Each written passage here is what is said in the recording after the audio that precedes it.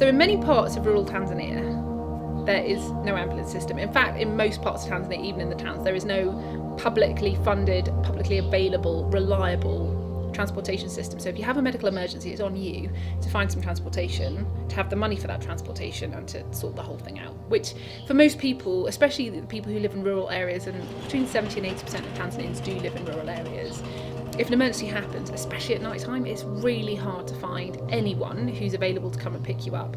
The best chance you'll have is probably finding a motorcycle taxi driver.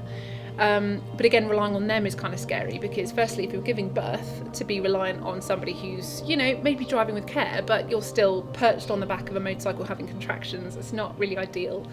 And secondly, given that we already know that in a typical year, the chance of a motorcycle taxi driver having a crash is 69%, it's not really a safe option. So over the history of time, various organisations have donated or bought Land Cruisers or old ambulances from other countries, but they're so expensive to run and you can't get the spare parts here, so that's not really a solution.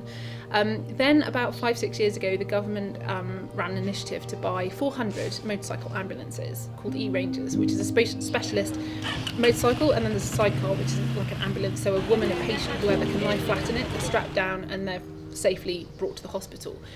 So they bought 400 of these centrally and then dispersed these across Tanzania with an idea of specifically trying to help labouring mothers to bring down the maternal mortality rate, which at the time stood at about 24 women dying every day in pregnancy and childbirth. A big factor of that was this lack of transport.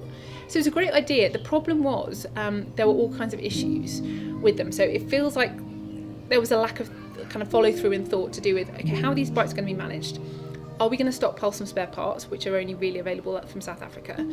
How are we going to manage these? How are we going to maintain them? Are we going to train riders to ride them specifically, or just get local motorbike taxi drivers who've never been in a three-wheeler before, and then they have crashes? All these things happened, and so we've now heard that most of these things are lying unused across the country. We've heard about, I think there's about 50 of them in Tabora we've heard of. We've heard of a stack of them in Kigoma, which is way down south in the country. And of course, last year, the district medical officer from Sengerema, which is the neighbouring district across the lake from us here, said, look, we've got 2 of these things, they don't work anymore, can you fix them for us?